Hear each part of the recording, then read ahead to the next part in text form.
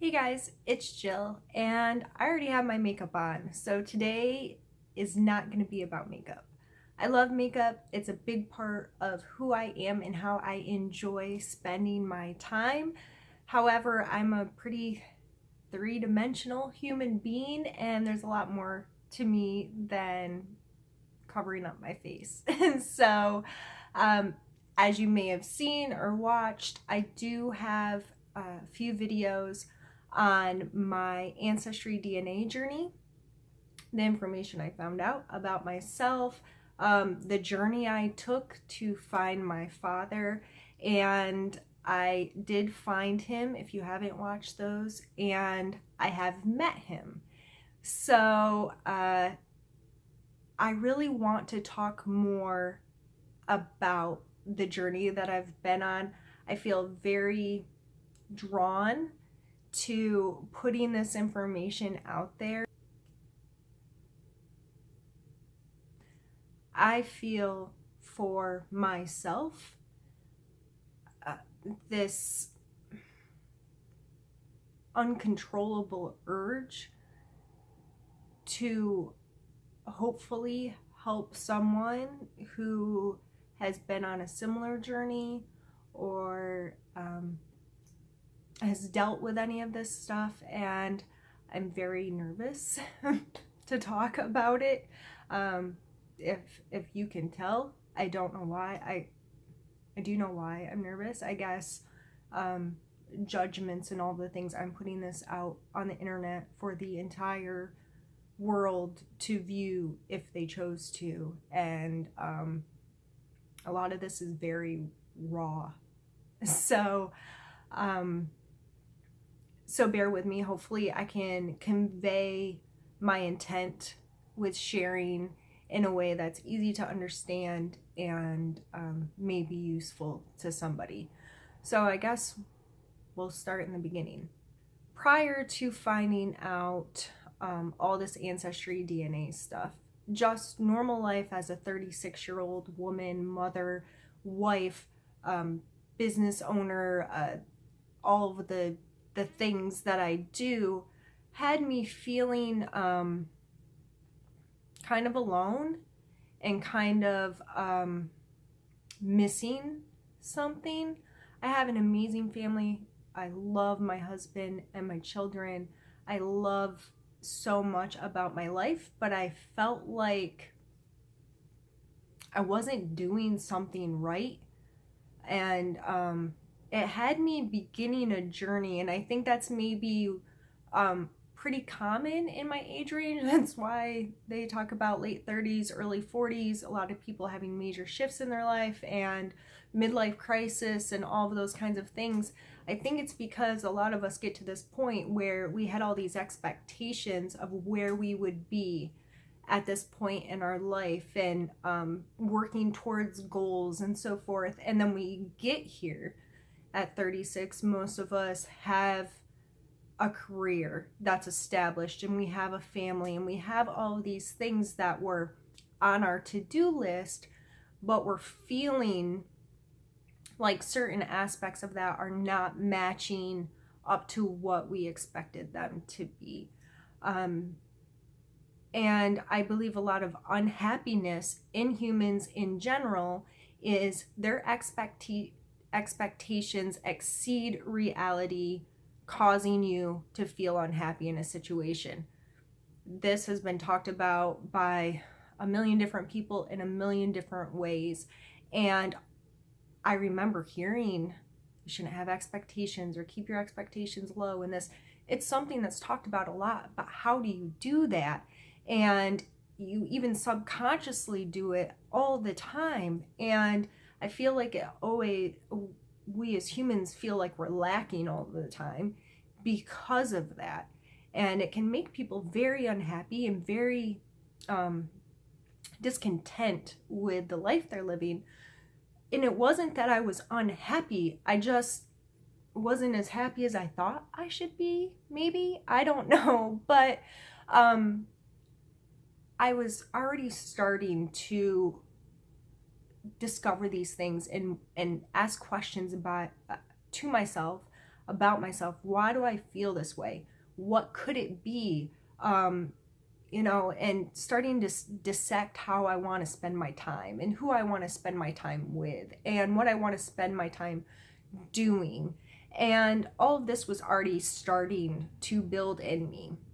When I found out this information, that who I was told was my father was not my father, it blindsided me, but not in a way like, oh, that's information that my brain can't handle. No, I knew logically that I may not have correct parent information. I knew that. So I was more blindsided by the emotions and the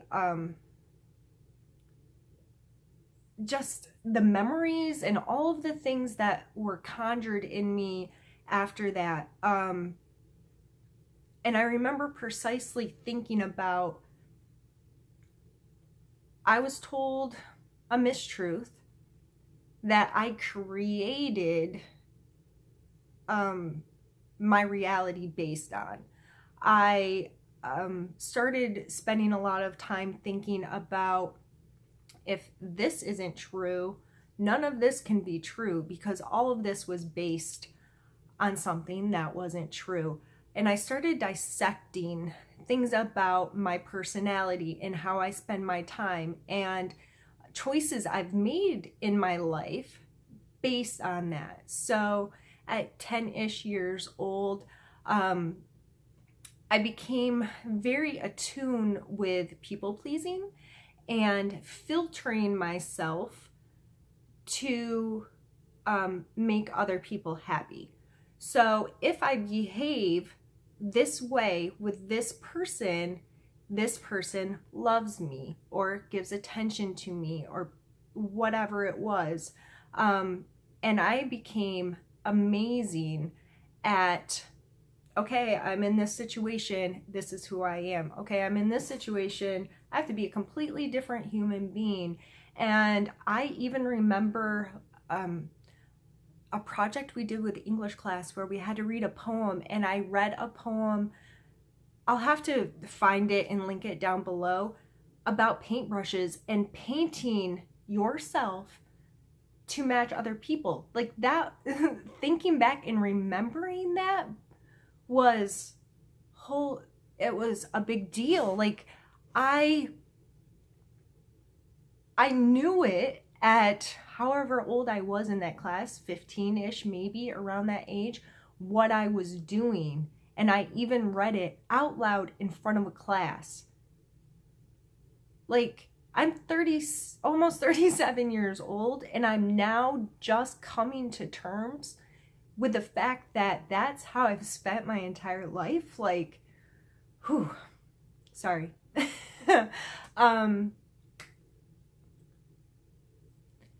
So I spent so much time and energy pulling all of that apart and really looking at me. And for quite some time now, this idea of authenticity has been building in areas of my life. Without even realizing it, like little things like unfollowing people on Facebook, unfollowing YouTubers, being very careful who I spend time with, all of those things, because I want to be myself. I don't want to filter anymore, and I don't want information coming into me that doesn't line up with who I truly, authentically am. And I am nowhere near close to getting to my true, authentic self. I don't know if any human can progress to truly only living based on, we all filter ourselves, and we have to, because society says we have to be polite and we have to do all of these things. We have to live certain ways, and finding the balance there, though, and finding that you can have be your authentic self but still respect other people's boundaries. Example, I say I like vanilla ice cream, and my friend says she likes chocolate ice cream. Okay, that I can respect that. We like different ice creams. So we only have one kind of ice cream, so can't eat ice cream together, but we do like the same kind of pizza, and we're going to eat pizza together. So we can respect each other's boundaries, and still be our authentic self, because their boundary doesn't change my boundary. If I were to say, no, you have to eat my vanilla ice cream or we can't be friends, I'm not respecting their boundaries as a human being, and that's not going to get me anywhere as a human being either. So I hope that makes sense. Another example is like swearing. I swear. If you didn't know that about me, now you know. If you don't know that about me, it's probably because that's not something you're okay. You have a boundary against that, and I can respect that you have a boundary against that. I can respect that I'm not gonna walk into the elementary school where my daughter attends and talk like a trucker. Like, I can respect their rules. So when searching for authenticity, like how do you live the most authentic life you can? What's the process in that? And I think that at least thinking about it helps tremendously. Putting thought and effort into spending time with things that you truly enjoy. No, we don't all like our jobs. That doesn't mean we should all go quit our jobs. But if we try to be our most authentic self in that job, other opportunities may open, or we may start to enjoy that atmosphere more, because at least we're getting to be ourselves. Learning that so much of who I had created myself to be and define myself by was created out of mistruths, and that told me I could rewrite my whole story. Like, I'm in control of this. I decide what defines me. I decide what filters I use or don't use, and it's really propelling me in a direction of finding my tribe, as it's all over social media right now.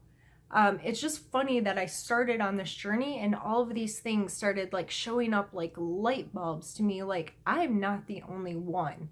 I'm not the only one out there searching not only for myself, but for a group of people that I can be myself with. When I think about my relationships with other people and who I enjoy being with the most, it's because I get to be myself, or at least mostly myself, with these people. My very best friends that I've had for the longest time, when I think about our time together and why we're good friends, it's because there's no BS. Nobody's trying to impress anybody. Nobody's trying to prove anything to anyone. No one's trying to, it's just, we appreciate the other person and we seem to be very authentic with each other. And when I think about the most painful parts of my life and the most painful relationships I've had, most of those are because I wasn't myself. I wasn't myself with this friend, and I didn't say what I really thought, and I didn't do things I really wanted to do, and I didn't cultivate an authenticity there. So it was painful and uncomfortable, and I didn't like it. So I'm just rambling, but I feel like I'm coming from the most pure place inside myself. And I've had so many people begging me for information. on who my father is and how I'm feeling and how I'm doing and what's happening next and whatever. And I know it's because other people have these similar situations in their life, and they are looking to me to share my experience so we can relate to each other through it, and they can, gauge how they're feeling, or create expectations of their own situation based on my situation. And I just really want to put my journey out there in hopes of satisfying some of these needs for these people and having open and honest communication about how we truly feel about these kinds of situations and what they mean to us, and how we're going to cultivate possible relationships with people and so forth. I'm glad I found out about my biological father in the time that I did, because I feel like I was already searching in ways. I maybe wasn't super aware of it, but I needed to fulfill more of my life, and I was very open and learning how to not be judgmental, and learning how to just accept feelings and accept truths and accept all the array of things that came along with this. And it was so scary. Like, I can't even tell you how scared I was, but my fears were because I was gauging everything based on my past and based on things I've gone through and traumas and the what ifs, and creating expectations and scenarios, and what if it turns out like this, and what if it turns out like that. And I truly had to just let it all go and say, okay, A, B, C, and D have happened in my life, and these are the ways those things affected me, but this is a different circumstance, and I can open my mind in a different way. I have not experienced this before. I cannot put expectations on him. I cannot put expectations on how either one of us are going to feel. I cannot put expectations on the future of the relationship and the evolution of it. I truly just have to be me and create the opportunity for him to be him, and see how we align and see where it goes. And it doesn't define who I am anymore. I can take it or leave it. I mean, I don't want to say it like that because it sounds awful. By being authentic and just accepting what is, I can have some control over how I allow it to impact my life. And it just is. So I just hope that this made any sense at all. I don't know what my next steps will be. I don't know where this journey is going to take me. I don't know. I don't know today. Today, I do know that I'm really excited about the future. I'm really excited about how I'm progressing as a human being. I feel awesome in general. There's still things every day that make me unhappy. Yesterday, it was the money I spent on a primer, a foundation, and a concealer that looked like absolute crap on my face. Does that mean I'm not a happy person? Absolutely not. I had a lot of good moments yesterday too. But in general, I feel so much lighter. I feel just freer. I feel good. And I'm because I'm not filtering myself and worrying about pleasing people and worrying about living in this damn box that I created and just enjoying what's happening. I'm moving towards being able to live in the moment more. I'm moving towards appreciating little things more.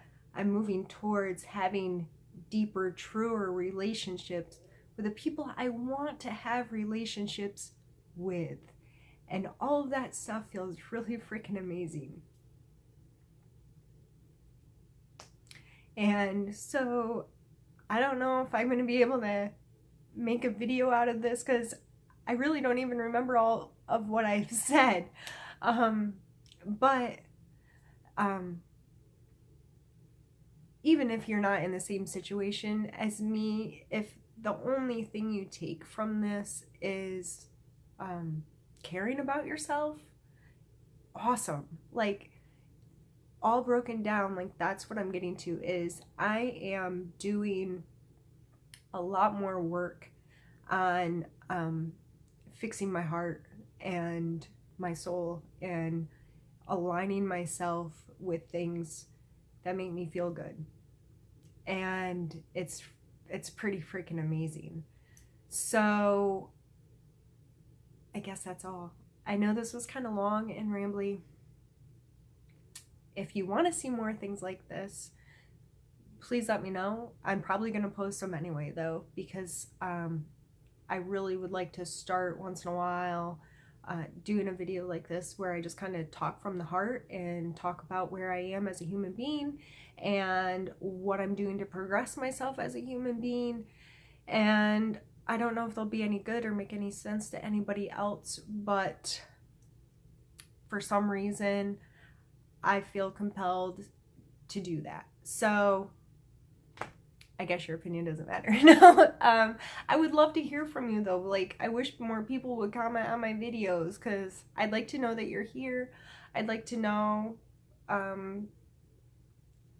how you're doing. I'd like to know anything that you want to tell me, as long as you're not pushing my boundaries. I don't know. All right, I guess I'm gonna go to work now, and hopefully I didn't cry too much. It'll be all right. Okay. I hope you all have an absolutely amazing day, and please remember to take good care of yourself, and I will see you soon. Bye.